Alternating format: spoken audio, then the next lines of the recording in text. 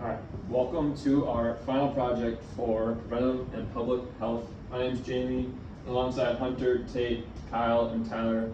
Our project was on meditation for well-being, and we're more specifically going to be looking at an approach to our school system and how we can implement the best strategy to help students with concentration, mental health conditions, and many other things so that they can be successful within their studies.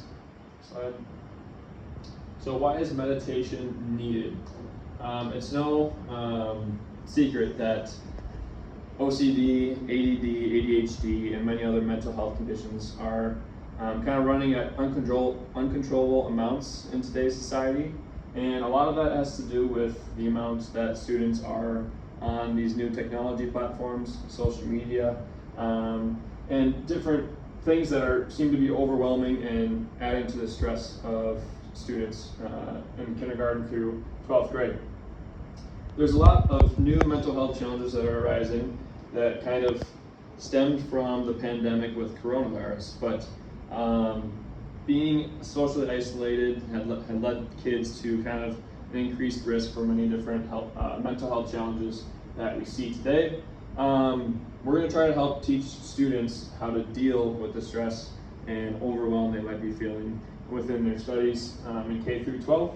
And we just want to give them a practice that they can work on in this foundational time, this developmental time of kindergarten through 12th grade, to help them for their life and for their future, and to just be successful and find ways that they can focus and use concentration to benefit their future. So our intervention, we're going to be incorporating a daily meditation practice in grades K through 12. We want to do this to create an environment for kids so that they feel safe and that they can decompress naturally, as opposed to being on their technology all day and not having that break. We want to be able to reduce feelings of overwhelm, anxiety, and depression for students, K through 12 especially. And we want to make sure we target focus and concentration, some very important life aspects, so that our students and our next generation will be able to succeed going forward. And we just want to give them a break from the technology that is constantly in our ear and is on our eyes that we can't seem to get away from, especially with the younger generation. So these strategies are going to help many different things, but we want to kind of focus on these mental health and concentration focused type things to start. So our health promotion theory, what are we going to be using? We picked the social cognitive theory because we thought that it relates mainly to kind of like a curriculum style, something that we can use positive role models to influence students and their abilities to de-stress and to find a concentration and focus practice like meditation. So we're going to find ways to teach mindfulness for intrinsic ways of natural healing. We want to focus on attention, retention, reproduction, and motivation of our health theory.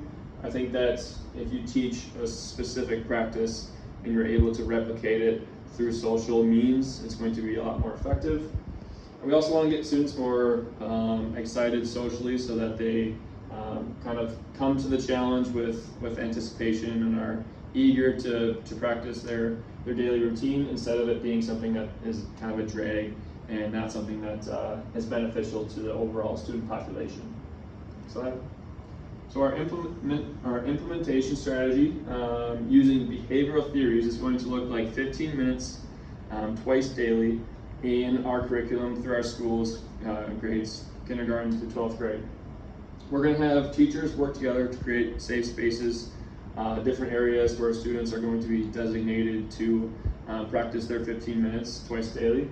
We're going to make sure that it's a no phone location. There's going to be no technology allowed. It's going to give them a complete break from any added tech that they might be dealing with on a day-to-day basis. We're going to really try to focus on changing behavior.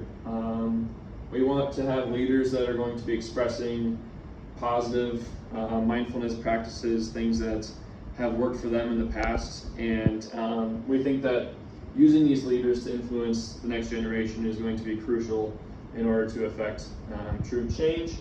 We also want to make it a bigger and broader scope by getting the community involved and making sure that they're on board with all of the initiatives we're going to be doing through the meditation strategies of getting quiet for 15 minutes twice a day and having a positive role model to show you some different tips and strategies to effectively do the practice.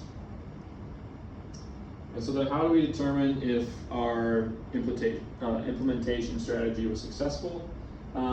Mainly it's going to be a consistent adherence by the student body to these guidelines that we've set up in the curriculum.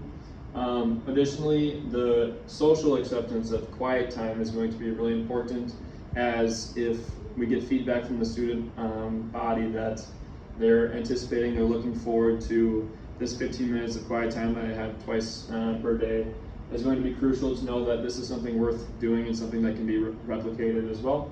And then again, some other downstream effects are going to be the focus and concentration in the classrooms. Hopefully we'll see test scores improving and just overall behavioral attitudes in classrooms changing for the better. And additionally, with the mental health crisis, it's going to help alleviate some of the symptoms for these kids that are more desperate and in a more vulnerable state for mental health. And then that is our presentation on meditation practice in our community schools.